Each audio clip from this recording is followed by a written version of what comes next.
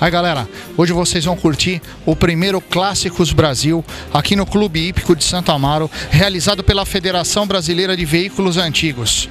Uma edição muito especial, afinal de contas aqui só carros nacionais.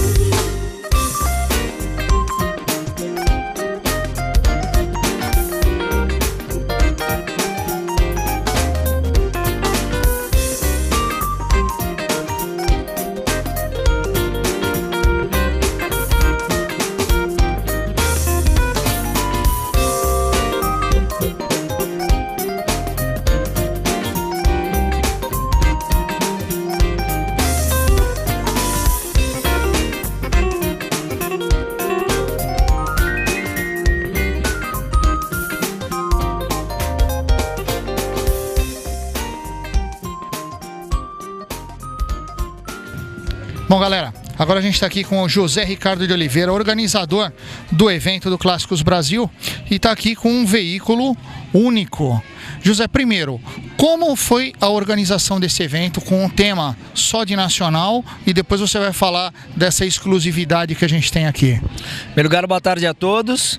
Na verdade, o carro é único e primeiro, né? Então foram feitas 29 unidades, essas 29 desapareceram algumas. Pelo que a gente tem de histórico, tem 9 carros aí que estão na mão de grandes colecionadores.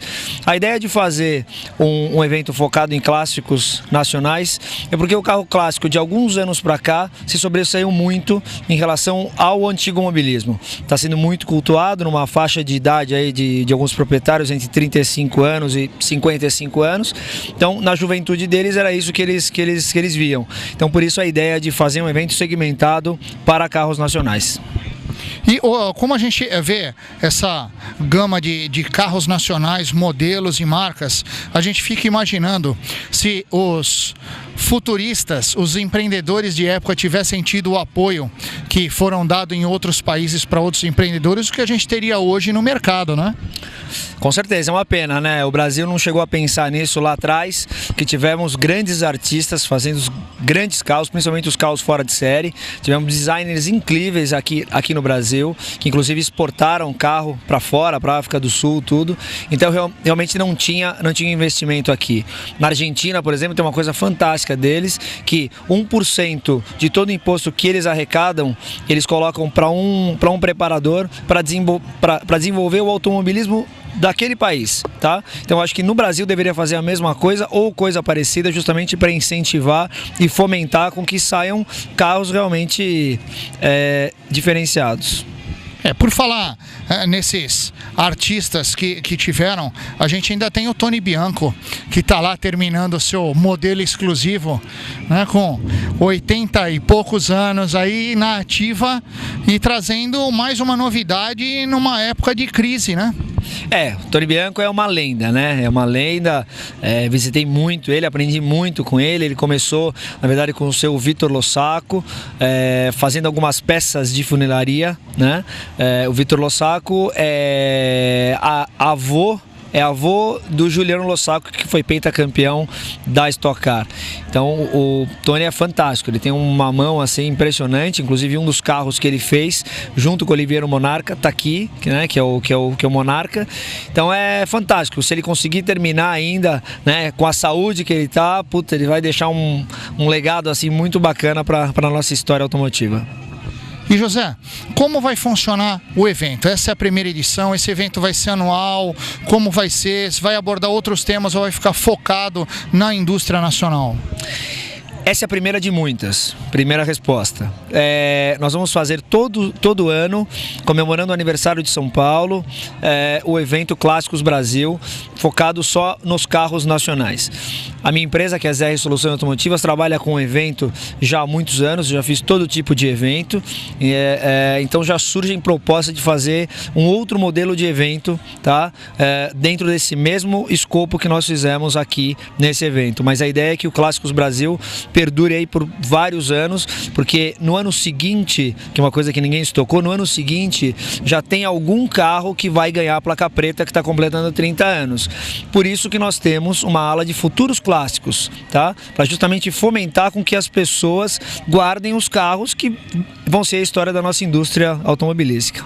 A gente já citou em algumas matérias que o que falta é o senso de patriotismo e a cultura de nós mesmos brasileiros. A gente tem, como um exemplo, essa limousine e mais alguns exemplares aqui que o pessoal na época não dava valor, muitos ainda não dão, acham uma loucura, mas faz parte de toda a nossa história. E a gente tem vários projetistas, engenheiros, designers que trabalham em grandes indústrias e vieram dessas bases. Então a gente tem que ter, como você falou, o argentino cultua, tem isso no sangue, e a gente não dá o valor, e apesar que 80% do dinheiro que a gente movimenta aqui vira no motor e na roda, né?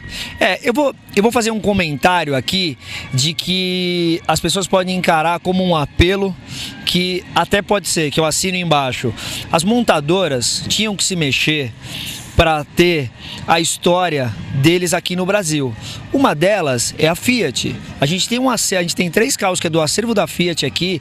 A Fiat plantou o pé aqui em 1975 para 76, quando lançou o Fiat 147, e eles já estão pensando em ter um acervo, tá, da marca deles. E nós temos marcas aqui que estão há muito mais tempo do que a Fiat e não se mexeram com isso, né? Então eu acho que as montadoras tinham que se mexer, e eu me mexo junto com eles, eu dou total suporte, tá? De a gente fazer alguma coisa aí em conjunto, tá? Para contar a história do carro nacional aqui. Então quer dizer, a gente tem o próprio DKV. Então quer dizer, hoje a gente vê o Audi, né? Um moleque de 18, 20 anos vê um Audi, não sabe de onde saiu. Então quer dizer, os DKVs estavam aqui, né? Eles ficaram aqui na década de 60 inteira. Os Volkswagens também tinham uma variedade assim de carros. Então eu acho que tinha que ter um apoio maior, tá? Um incentivo maior por parte das montadoras e até do próprio governo, para a gente mostrar tudo o que você viu aqui, que é a história da nossa indústria automobilística, para muito mais gente, tá? Então é isso que eu estou fomentando dentro dessa proposta de evento, tá? É isso aí, galera. A gente vai parabenizando a sua empreitada, que a gente sabe que não é fácil conseguir organizar nessa grandeza o evento, e a gente espera que realmente aumente cada vez mais, e pode contar com a gente, porque falou de cultura e história, a gente está aí marcando presença para ver se o pessoal entenda que não é bem uma crítica a gente cobrar tanto cultura, mas tudo que você usa hoje teve um começo, e a gente tem que saber para entender, porque hoje será isso amanhã, e a gente tem que ter a ideia de como foi, como é e como será.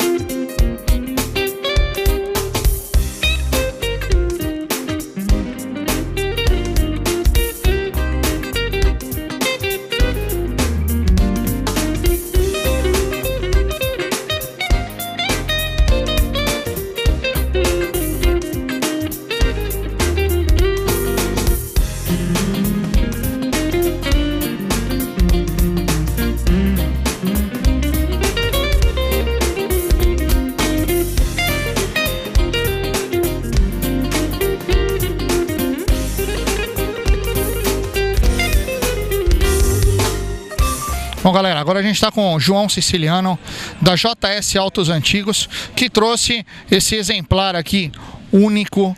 Para se ter uma ideia, João, hoje se fosse uma feira de leilão de preciosidades fora do Brasil, ia sair briga. Ah, com certeza. É um carro exclusivo, né? Pelo fato de ser o 001, é o primeiro carro da indústria nacional com ar-condicionado de fábrica. A produção dele foi bem pequena, o carro tem 56 mil quilômetros.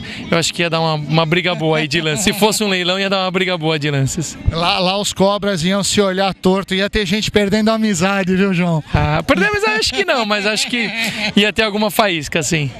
E a JS Auto Antigo, ela trabalha em que segmento do ramo do antigomobilismo? Nós trabalhamos com todo tipo de automóvel antigo, vamos se dizer, de 30 anos, com mais de 30 anos. Hoje nós temos os futuros clássicos, então está tendo bastante procura por veículos da década de 90, então nós também já estamos se adaptando para pegar esse público também. Então, quando se fala em automóvel antigo, todo tipo de automóvel, começo do século, década de 10, de 20, de 30, 40 e assim vai.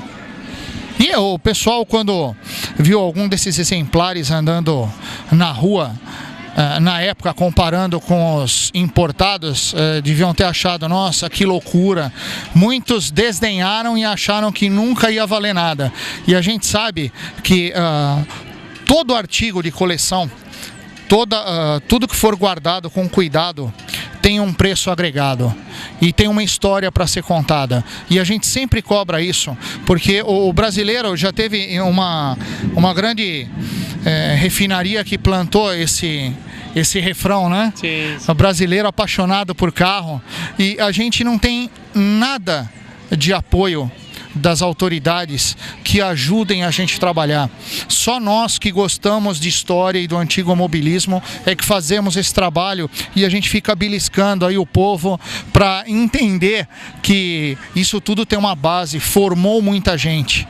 Muita gente teve os filhos na faculdade, conseguiu deixar alguma coisa trabalhando com esses carros. É muita história que a gente deixou perdido.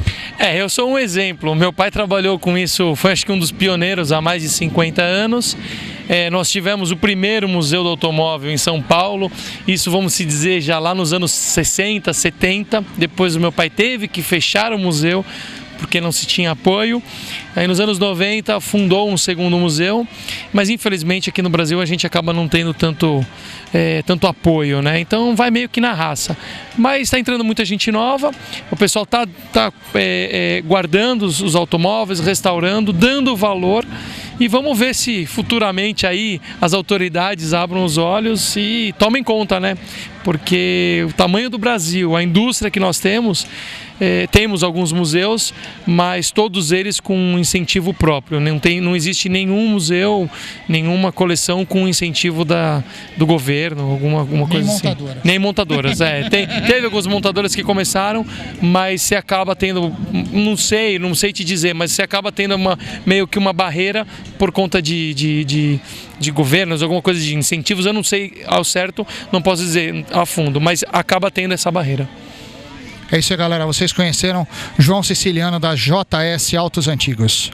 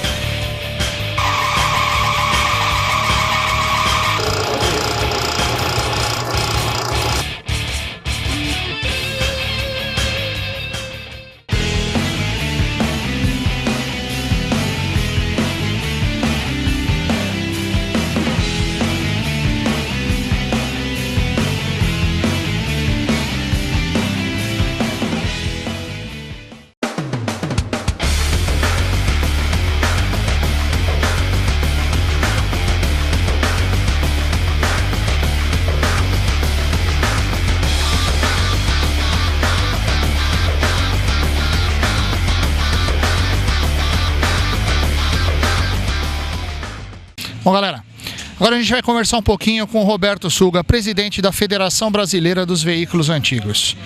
Roberto, qual a importância do surgimento de mais esse evento e principalmente focado na história e na indústria brasileira?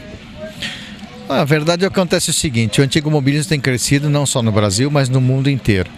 Então, quando você tem o crescimento de toda uma atividade cultural, de desenvolvimento da indústria automobilística, chega um momento em que você vai segmentando.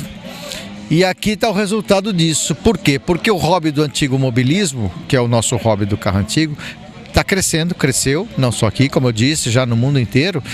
E chega um momento em que você tem uma tribo que se dedica exclusivamente à preservação e à conservação do carro nacional, da história da indústria automobilística brasileira. E aí você tem um evento principalmente emblemático aqui no Clube Hípico de Santo Amaro, porque aconteceu ou aconteceram grandes eventos de concurso de elegância, de carros históricos, europeus, norte-americanos, pré-guerras, grandes preciosidades do acervo brasileiro.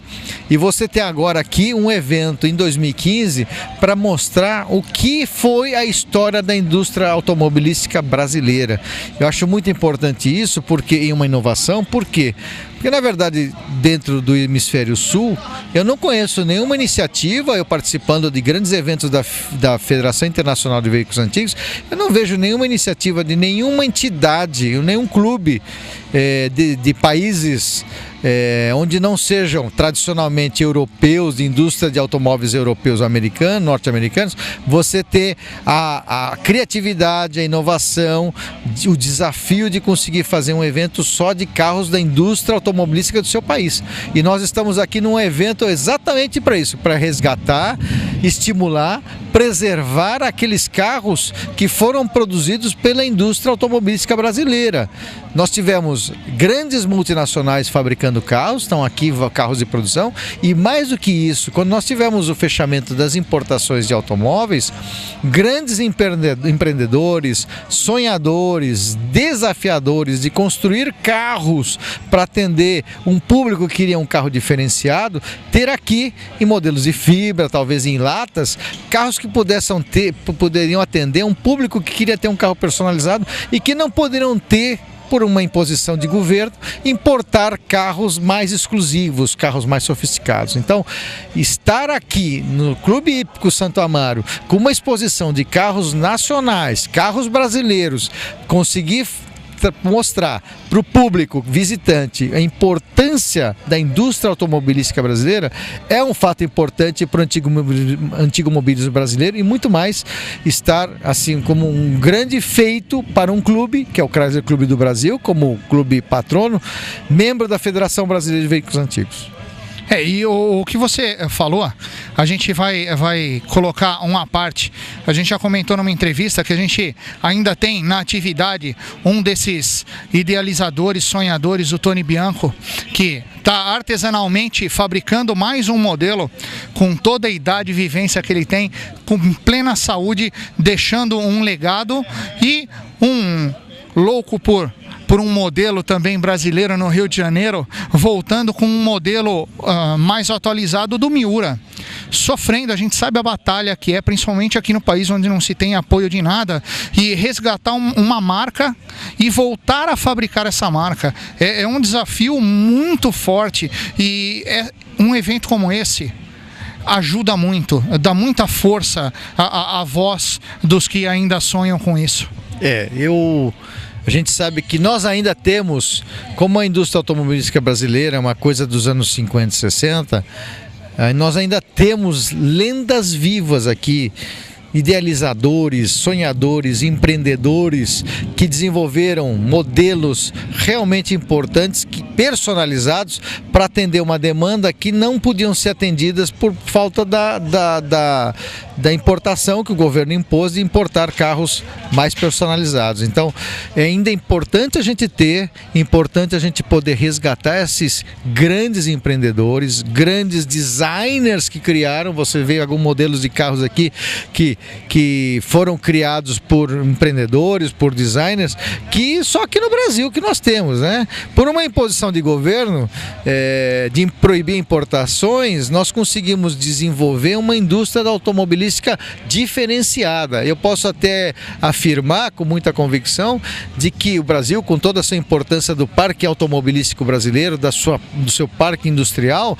conseguiu trazer nessa amostra modelos que talvez as pessoas, o público em geral, não teria oportunidade de ver.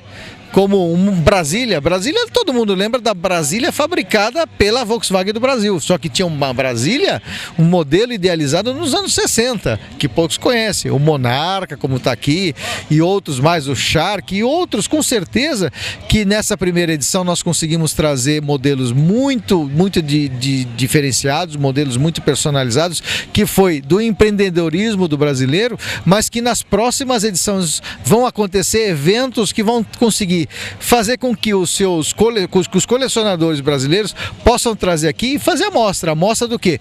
De que o antigo mobilismo é uma atividade cultural, que o antigo mobilismo, o hobby do carro antigo, de preservar o automóvel antigo, tem uma história, a história da indústria automobilística brasileira. É isso aí, galera.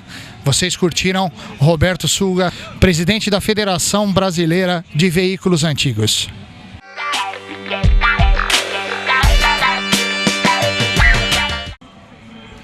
Olá pessoal, sejam bem-vindos ao Momento Cultural Roda Livre. Eu sou o João Fidalgo e hoje nós estamos na Clássicos Brasil, aqui na hípica de Santo Amaro, em São Paulo. E o grande nome de hoje é Amaral Gurgel.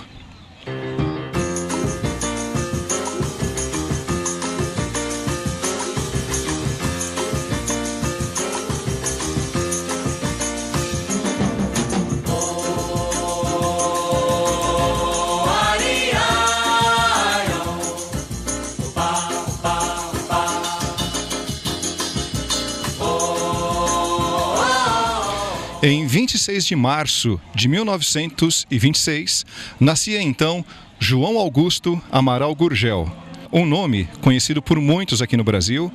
E esse rapaz, essa pessoa, enfim, nasceu com uma grande missão de construir o primeiro carro brasileiro com tecnologia também totalmente nacional. O Gurgel estudou engenharia na Politécnica de São Paulo e no seu trabalho de finalização, a proposta é que ele fizesse um guindaste. Só que Gurgel não fez isso. O que ele fez, na verdade, foi construir um pequeno carro de 2 cilindros, o que lhe custou uma bronca do seu professor. O Gurgel ouviu então do seu professor que, abre aspas, carro não se fabrica, Gurgel, carro se compra. E aí o Gurgel acabou então, na minha opinião, comprando uma grande briga e aí começou toda essa história da fabricação do carro nacional.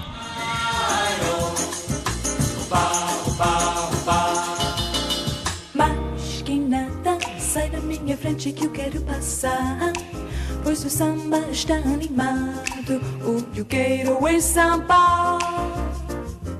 Este samba que é misto de maracatu. Gurgel, ele foi engenheiro e trabalhou também na indústria automobilística. Em 1958, ele montou a sua primeira empresa na área de plásticos e fornecia peças plásticas ou peças moldadas em plástico para todos os segmentos da indústria, inclusive a automotiva. Mas, em 1969, ele funda a Gurgel Motores S.A. Eram carros com carroceria de fibra de vidro e basicamente na estrutura de Volkswagen. E ele montou uma série de modelos que atendiam, por exemplo, as Forças Armadas, Polícia Militar e outros segmentos como utilitários. Um grande utilitário que com certeza você já viu por aí é o Carajás, um carro com linhas bem robustas e uma motorização também bem mais forte. O Gurgel tinha uma visão futurista. Ele foi quem desenvolveu o primeiro carro elétrico na América Latina e também outros conceitos como o carro compacto. Mas a cereja no bolo vem na década de 80 com o lançamento do BR-800. Samba de preto veio, samba de preto tudo. Mas que nada, um samba como este tão legal, você não vai querer que eu chegue no final.